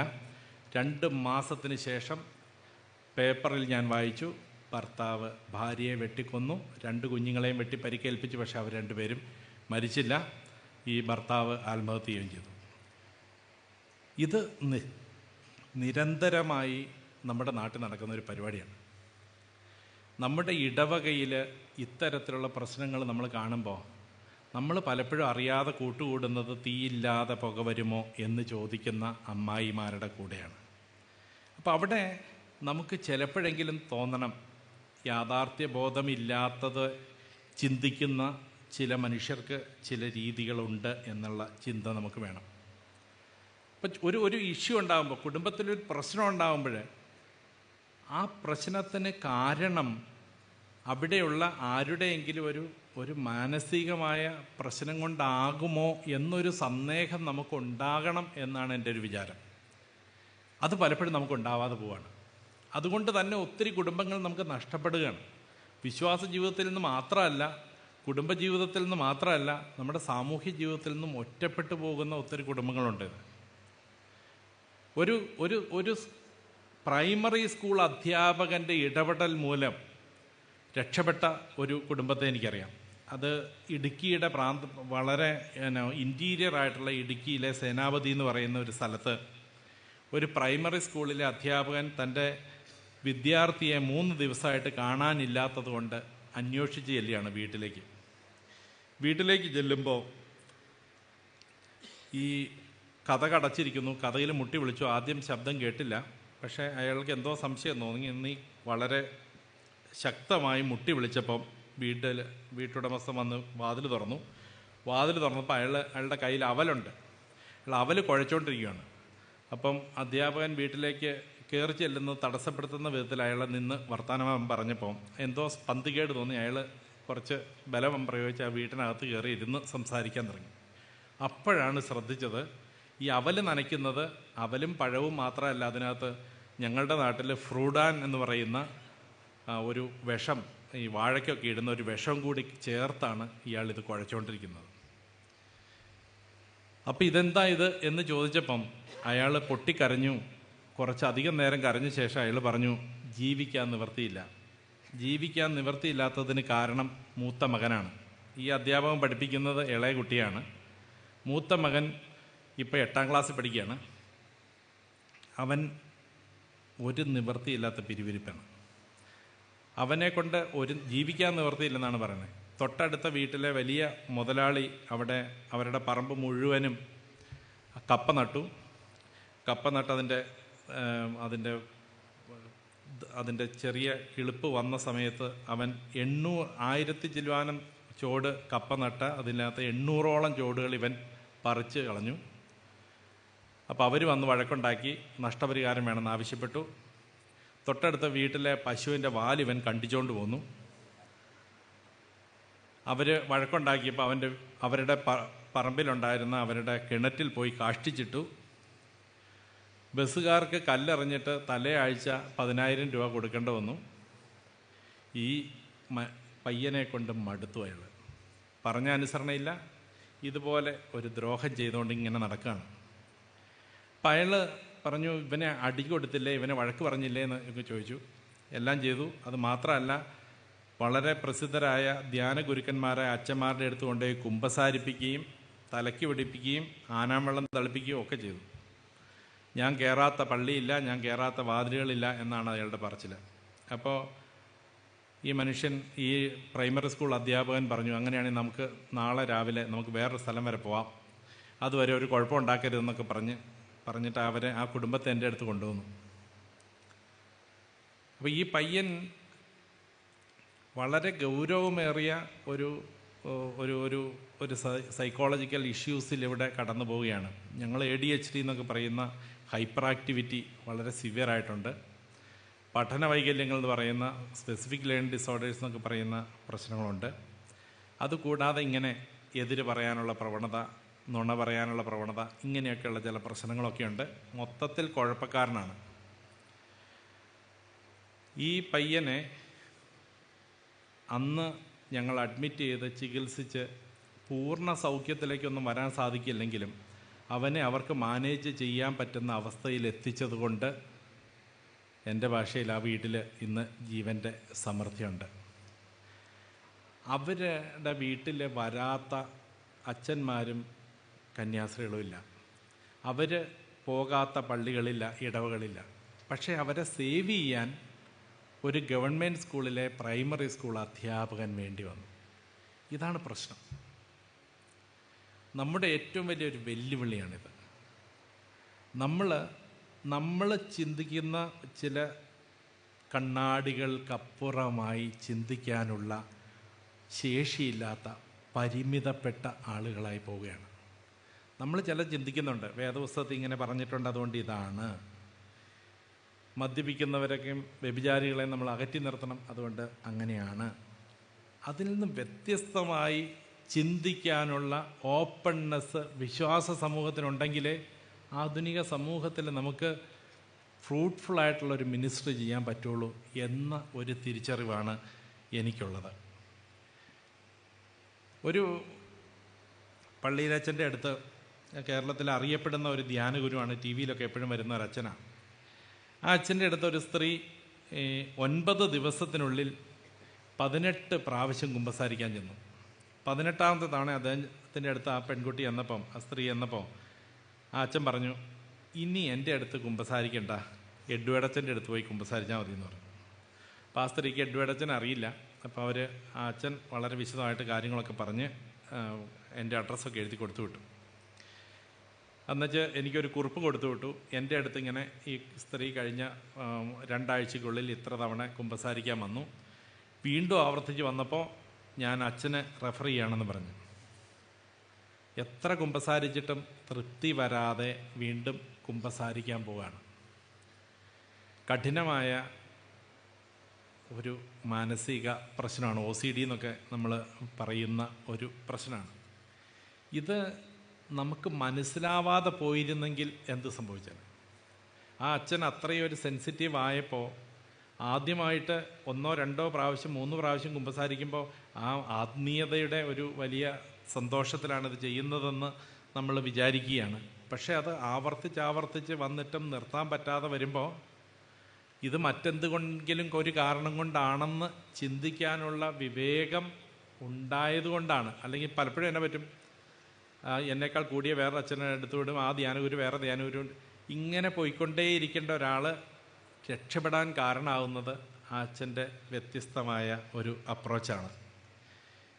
ഇതൊരു ഒരു ഒരു ഒരു പ്രശ്നമാണ്. പലപ്പോഴും നമ്മൾ ചിന്തിക്കുന്നതിൽ നിന്ന് വ്യത്യസ്തമായി ചിന്തിക്കാൻ സാധിക്കുമ്പോൾ നമുക്ക് ചിലപ്പോൾ ചില ആളുകളെ സേവ് ചെയ്യാൻ പറ്റും. ഒരു റിട്ടയർ അധ്യാപകനെ കൊണ്ട് മകൻ വന്നു. അധ്യാപകൻ്റെ വലത്തെ കൈ ഇങ്ങനെ ഒടിഞ്ഞിട്ട് കൈ പ്ലാസ്റ്റർ ഇട്ട് വെച്ചിരിക്കുകയാണ്. അപ്പം അവിടെ കൊണ്ടുവന്നിരുത്തി നല്ല ചിരിച്ച്, 79 വയസ്സുണ്ട്, പക്ഷേ നല്ല സുന്ദരനായ ഭംഗിയായിട്ട് ചിരിച്ചിരിക്കുകയാണ് ഈ അപ്പച്ചൻ. അപ്പം ഞാൻ ചോദിച്ചു, എന്താണ് ഇപ്പോൾ കൊണ്ടുവന്നതെന്ന് ചോദിച്ചു. അപ്പോൾ പറഞ്ഞു, അമ്മ മരിച്ചുപോയി എന്ന് പറഞ്ഞു. അപ്പോൾ അമ്മ മരിച്ചതിൻ്റെ സങ്കടം മാറ്റാൻ കൗൺസിലിങ്ങിന് കൊണ്ടുവന്നാണെന്ന് ഞാൻ ആദ്യം വിചാരിച്ചു. എന്നിട്ട് പറഞ്ഞു, അമ്മ മരിച്ചിട്ട് 1.5 വർഷം കഴിഞ്ഞു. ഓക്കെ, ഇപ്പം എന്താ പ്രശ്നം? അപ്പോൾ അയാൾ പറഞ്ഞു, ഈ അമ്മ മരിച്ചതിന് ശേഷം അപ്പച്ചൻ്റെ സ്വഭാവത്തിൽ വലിയ പ്രശ്നമാണ്. എന്താണ് പ്രശ്നം? പുറത്ത് മിണ്ടാൻ കൊള്ളൂലാത്ത പ്രശ്നമാണ്. അത് അച്ഛൻ എന്നെ കൊണ്ട് പറയിക്കരുത്. അപ്പം ഞാൻ പറഞ്ഞു, അത് സാരമില്ല, എന്നാലും ഒന്ന് അറിയട്ടെ. അപ്പം പറഞ്ഞു, ലൈംഗികപരമായ പ്രശ്നമാണ്. ഇപ്പം കാണുന്ന സ്ത്രീകളെ എല്ലാം കയറി പിടിക്കുകയാണ്, എല്ലാ സ്ത്രീകളെയും അങ്ങനെ ഉപയോഗിക്കാനുള്ള താല്പര്യം വരികയാണ്. എൻ്റെ ഭാര്യയെ കയറി പിടിച്ചപ്പം ഞാനൊന്ന് പ്രയോഗിച്ചത് കൊണ്ടാണ് ഈ കൈ ഇങ്ങനെ സഞ്ചിക്കകത്തിട്ടേക്കണേ എന്ന് പറഞ്ഞു. അപ്പം ഞാൻ പറഞ്ഞു, ഈ 1.5 വർഷമായിട്ടുള്ള ബാക്കി ഏതെങ്കിലും ബിഹേവിയർ ഇഷ്യൂസ് ഉണ്ടോ എന്നെല്ലാം ചോദിച്ചു. അപ്പം പ്രധാനമായിട്ടുള്ളത് ഈ ഒരു ലൈംഗികപരമായ ഒരു വിവേചനശേഷി ഇല്ലായ്മയാണ് എന്ന് മനസ്സിലായി. പക്ഷേ ഞാൻ അയാളുടെ ചരിത്രം പരിശോധിച്ചപ്പം വളരെ സത്യസന്ധനും ഭക്തനുമായ ഒരു മനുഷ്യനാണ്. സ്കൂളിൽ പഠിപ്പിച്ചിരുന്നു, സൺഡേ സ്കൂളിൽ അധ്യാപകനായിരുന്നു. പക്ഷേ 1.5 വർഷമായിട്ട് സ്വഭാവത്തിൽ ഗൗരവമായ വ്യത്യാസം. ഞാൻ ചോദിച്ചു, ഓർമ്മക്കുറവുണ്ടോ? ഒരു കുറവുമില്ലെന്ന് വളരെ കാറ്റഗോറിക്കലായിട്ട് പറഞ്ഞു, ഒരു കുറവില്ല. ഞാൻ ഓർമ്മയുടെ പരിശോധന ചിലത് നടത്തിയപ്പം ചെറിയ വ്യത്യാസങ്ങളൊക്കെ ഉണ്ട്, വലിയ വ്യത്യാസങ്ങളൊന്നും ഇല്ലെങ്കിലും ചെറിയ ഓർമ്മക്കുറവിൻ്റെ ലക്ഷണങ്ങളൊക്കെ ഉണ്ട്. ഞാൻ പറഞ്ഞു, ഈ മനുഷ്യനെ നമുക്കൊന്ന് MRI ചെയ്യണം എന്ന് പറഞ്ഞു. അയാൾ പറഞ്ഞു, അച്ഛൻ വിചാരിക്കുന്ന പോലെ ഡിമെൻഷ്യ ഒന്നുമല്ല, അപ്പച്ചൻ ഇപ്പോഴും നന്നായിട്ട് അറിയാം ഏതൊക്കെ ബാങ്കിൽ എത്ര രൂപയുണ്ടെന്നും അതിൻ്റെ പലിശ എപ്പോൾ വരുമെന്നും കൃത്യമായിട്ട് അറിയാം, ഇതെല്ലാം പറഞ്ഞു. ഞാൻ പറഞ്ഞു, അങ്ങനെയൊക്കെ ആണെങ്കിലും നമുക്കൊന്ന് ചെയ്യണം എന്ന് പറഞ്ഞു. MRI ചെയ്തു. തലച്ചോറിൻ്റെ ഫ്രണ്ടൽ ലോബ് ഏതാണ്ട് പൂർണ്ണമായി തന്നെ നശിച്ചുകൊണ്ടിരിക്കുകയാണ്. ഡിമെൻഷ്യയാണ്. ഞാൻ അയാളെ പറഞ്ഞ് ബോധ്യപ്പെടുത്തി. MRI റിപ്പോർട്ടിൻ്റെ വെളിച്ചത്തിലെ കാര്യങ്ങൾ കൃത്യമായി പറഞ്ഞു കൊടുത്തു. ഇപ്പം ഡിമെൻഷ്യ എന്ന് പറഞ്ഞാൽ ഓർമ്മക്കുറവല്ലേ അച്ഛാ എന്നാണ് അയാളുടെ ചോദ്യം. ഞാൻ പറഞ്ഞു, ഇതാണ് നമ്മുടെ ഒരു പ്രശ്നം. ഓർമ്മക്കുറവ് മാത്രമല്ല ഡിമെൻഷ്യ. ഡിമെൻഷ്യ ബാധിക്കുന്നതനുസരിച്ച് പലതുമായിരിക്കും നമുക്ക് നഷ്ടപ്പെടുന്നത്. ഈ മനുഷ്യൻ്റെ ഫ്രണ്ടൽ ലോബിലാണ് ഡിമെൻഷ്യ വന്നത്. അത് സ്വഭാവത്തെയാണ് ബാധിച്ചത്, തിരിച്ചറിവിനെയാണ് ബാധിച്ചത്, വിവേകത്തെയാണ് ബാധിച്ചത്.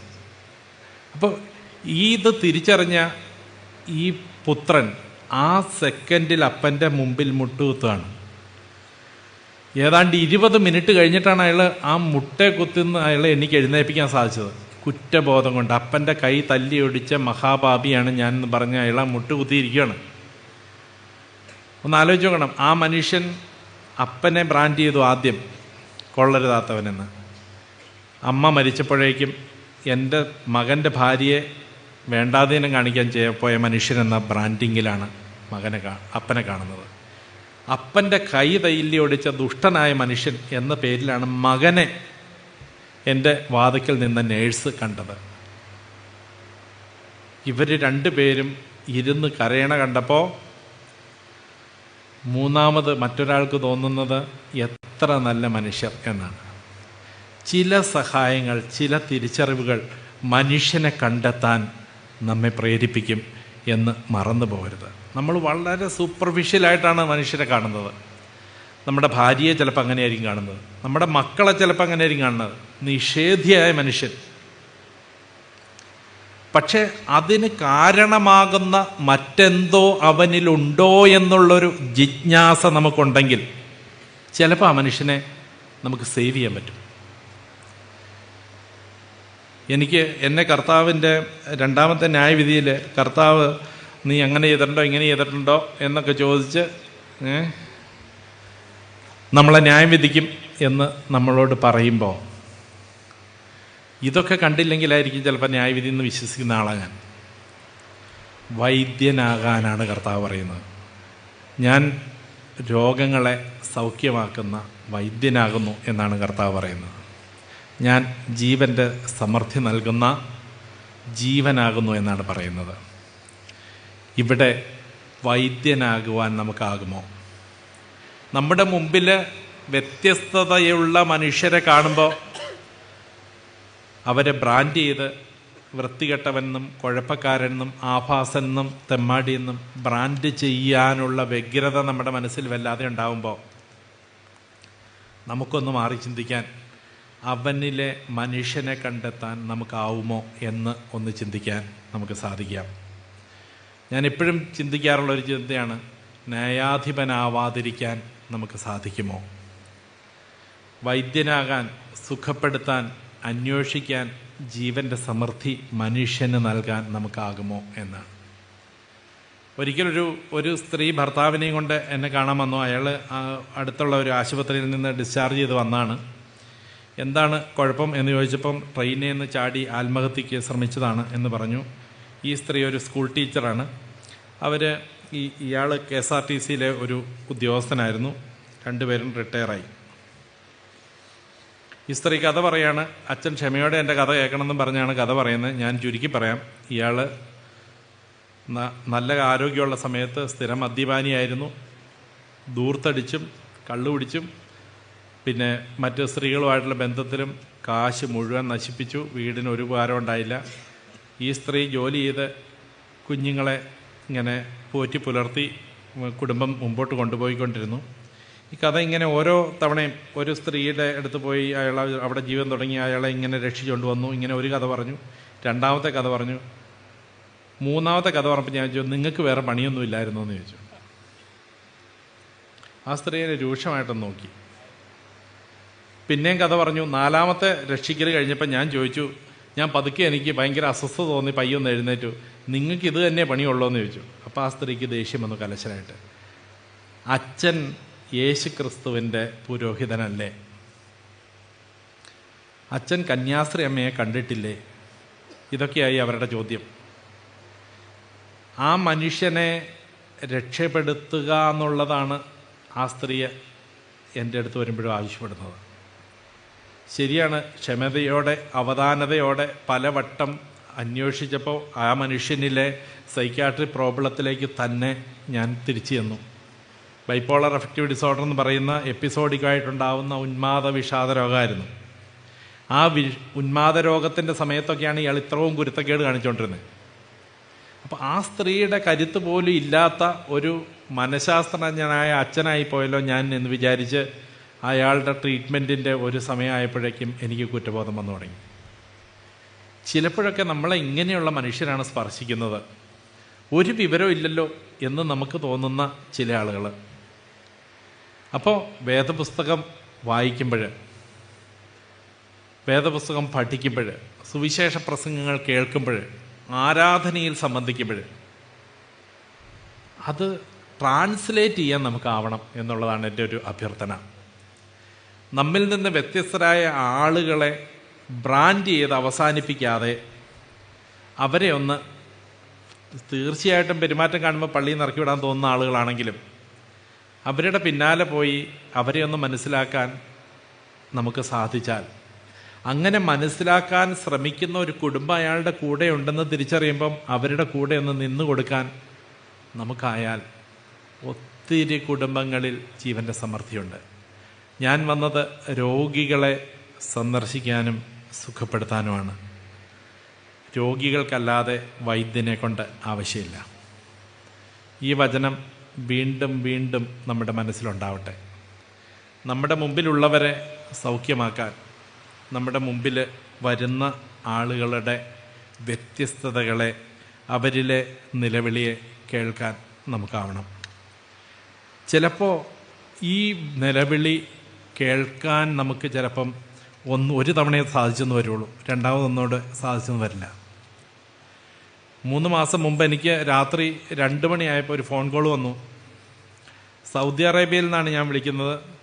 ഞാൻ പണ്ട് 9 വർഷങ്ങൾക്ക് മുമ്പ് അച്ഛൻ്റെ പേഷ്യൻ്റായിരുന്നു. അതിനുശേഷം ഇപ്പോൾ അവിടെ മരുന്ന് ഞാൻ ഇപ്പോഴും കഴിക്കുന്നുണ്ടായിരുന്നു. കഴിഞ്ഞ 4 മാസം മുമ്പ് ഞാൻ സൗദി അറേബ്യയിൽ വന്നു. അതിനുശേഷം ഞാൻ 3 മാസത്തെ മരുന്നുകൊണ്ടാണ് വന്നത്. ഇപ്പോൾ 1 മാസമായിട്ട് മരുന്നില്ല. അപ്പോൾ എനിക്ക് ആളുകൾ എന്നെ പറ്റി ചുറ്റും നിന്ന് സംസാരിക്കുന്നതായിട്ട് തോന്നുന്നു. എനിക്ക് പ്രയാസമാണ്, അച്ഛൻ എന്നെ രക്ഷപ്പെടുത്തണം എന്ന് പറഞ്ഞു. ഞാൻ ആലോചിച്ചിട്ട് ഈ സുൽത്താനെ ഞാൻ ചികിത്സിച്ചായിട്ട് ഓർമ്മയില്ല. 9 വർഷം മുമ്പാണ്. ഞാൻ പറഞ്ഞു, നീ ഇമ്മീഡിയറ്റ് ആയിട്ട് അടുത്തുള്ള സൈക്യാട്രിക് ഹോസ്പിറ്റലിൽ പോകണമെന്ന് ഞാൻ പറഞ്ഞു. അവസാനം ഒരുവിധം ഫോൺ വെച്ചു. ഒരു നല്ല ഉറക്കത്തിൻ്റെ സമയത്ത് അർത്ഥബോധത്തിലാണ് അവനോട് സംസാരിച്ചത്. പിറ്റേ ദിവസം ഞാൻ ഈ സംഭവം മറന്നുപോയി. പിറ്റേ ദിവസവും രാത്രി 2 മണിക്ക് വീണ്ടും വിളിച്ചു. ഇതേ മനുഷ്യൻ, വീണ്ടും ഇതേ ആവശ്യം. നീ എന്തുകൊണ്ട് ആശുപത്രി പോയില്ല എന്ന് പറഞ്ഞ് ഞാൻ വഴക്ക് പറഞ്ഞു. അന്നും ഫോൺ അവസാനിപ്പിച്ചു. അതിൻ്റെ പിറ്റേ ദിവസം വീണ്ടും ഇതേപോലെ 3 മണിയായപ്പോൾ ഫോൺ വന്നു. ആവർത്തിച്ച് 2-3 തവണ അവൻ എന്നെ വിളിച്ചു. ആദ്യത്തെ തവണ വിളിച്ചപ്പോൾ തന്നെ, നീ ആശുപത്രി പോയോ? ഇല്ല. ഞാൻ വഴക്ക് പറഞ്ഞ് ഫോൺ കട്ട് ചെയ്തു. പിന്നെ അവൻ വിളിച്ചു. ഞാൻ വീണ്ടും, നിന്നോട് ഞാൻ പറഞ്ഞില്ലേ എന്ന് ചോദിച്ചു. ക്രോധഭാവത്തിൽ അവനോട് വർത്താനം പറഞ്ഞു. 3ാമത് വിളിച്ചു. ഞാൻ വീണ്ടും, ഇനി എന്നെ വിളിക്കരുതെന്ന് പറഞ്ഞു. പിറ്റേ ദിവസം ഞാനിതെല്ലാം മറന്ന് പിറ്റേ ദിവസം ആശുപത്രിയിൽ ചെല്ലുമ്പോൾ ഈ സുൽത്താൻ്റെ ബാപ്പായുടെ അനിയൻ എന്നെ കാണാൻ അവിടെ നിൽക്കുകയാണ്. എന്നോട് പറഞ്ഞു, സുൽത്താൻ ആത്മഹത്യ ചെയ്തു. ഞാൻ നടുങ്ങിപ്പോയി. കഴിഞ്ഞ രാത്രിയിൽ അവൻ ആത്മഹത്യ ചെയ്തു. ഏതാനും മണിക്കൂറുകളെ ആയുള്ളൂ. പോലീസ് ബോഡി മാറ്റി. പക്ഷേ ബോഡി നാട്ടിലേക്ക് കൊണ്ടുവരാൻ സാമ്പത്തിക ശേഷിയില്ല, അവിടെ അടക്കണമെങ്കിൽ ഇവിടെ ട്രീറ്റ്മെൻറ്റിലായിരുന്നു എന്ന സർട്ടിഫിക്കറ്റ് വേണം. ഇതാണ് ആവശ്യം. ചിലപ്പോൾ ചില നിലവിളികൾ നമ്മുടെ ചില താല്പര്യക്കുറവുകൊണ്ട് കേൾക്കാതെ പോകുമ്പോൾ ഇങ്ങനെ ചില സുൽത്താൻമാർ നമ്മുടെ ജീവിതത്തിൽ നിന്ന് നമുക്ക് നഷ്ടപ്പെട്ടു പോകും. ഒന്ന് ആലോചിച്ച് നോക്കണം. ആ മനുഷ്യൻ 9 വർഷത്തിന് ശേഷം, അത് ഞാൻ ഫയലെടുത്ത് നോക്കിയപ്പോൾ എല്ലാം എനിക്ക് ഓർമ്മ വന്നു. അവന് 9 വയസ്സിൽ എന്നെ കാണാൻ വന്നാണ്. 9 വയസ്സ് മുതൽ 16 വയസ്സ് വരെ ഞാൻ അവനെ ചികിത്സിച്ചതിൻ്റെ രേഖ അവിടെയുണ്ട്. 14 വയസ്സ് വരെ 5 കൊല്ലം. അതിനുശേഷം ആൾ വന്നിട്ടില്ല. 2019 ശേഷം വന്നിട്ടേ ഇല്ല.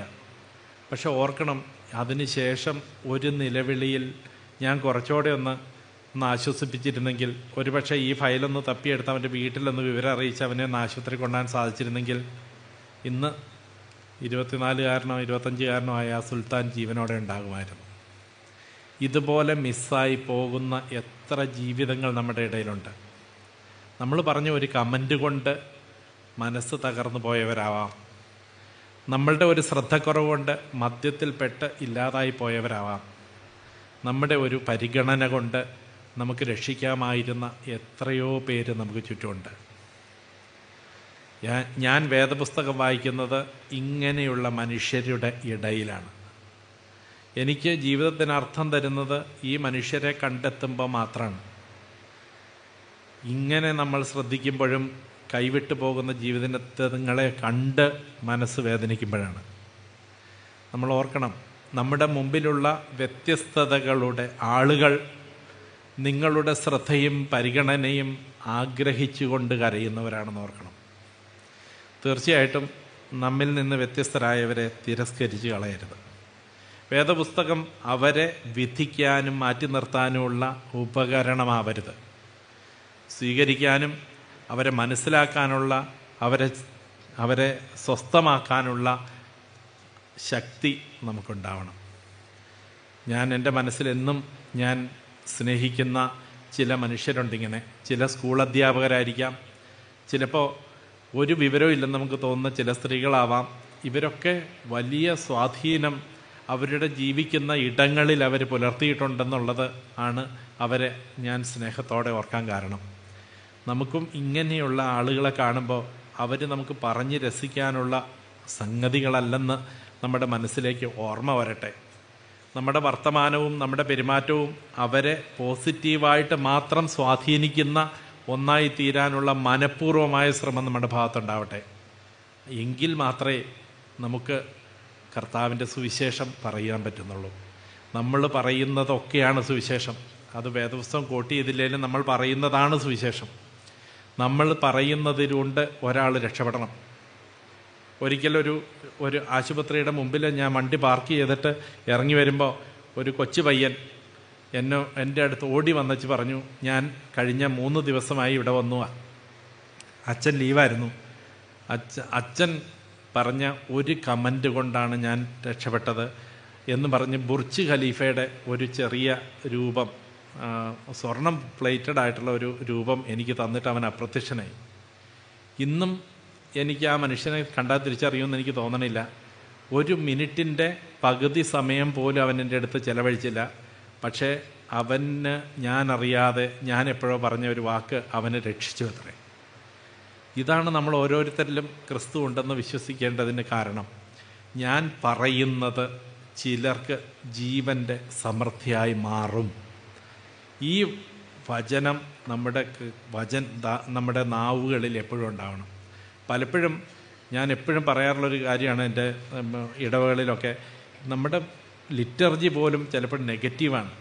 പലപ്പോഴും നെഗറ്റീവായിട്ടുള്ള കാര്യങ്ങൾ, അത് നരകത്തിൽ പോകാതിരിക്കാൻ, അവിടെ പോകാതിരിക്കാൻ, ഇങ്ങനെ അല്ലാതെ സ്വർഗത്തിൽ പോകാൻ വേണ്ടി തിരുശരീരം കഴിക്കാനല്ല നമ്മൾ പറയുന്നത്. നരകത്തിൽ പോകാതിരിക്കാനാണ്. കെടാത്ത നരകത്തിലും ചാകാത്ത പുഴുവിലും പോകാതിരിക്കാനാണ്. അല്ലെങ്കിൽ മഹനീയമായ സ്വർഗത്തിൽ പോകാമെന്ന് പോലും പറയാത്ത മനുഷ്യരെ, വളരെ കുറച്ച് നെഗറ്റീവാണ് നമ്മുടെ പല പ്രാർത്ഥനകളെന്ന് ചിന്തിക്കുന്ന ഒരു വ്യക്തിയാണ്.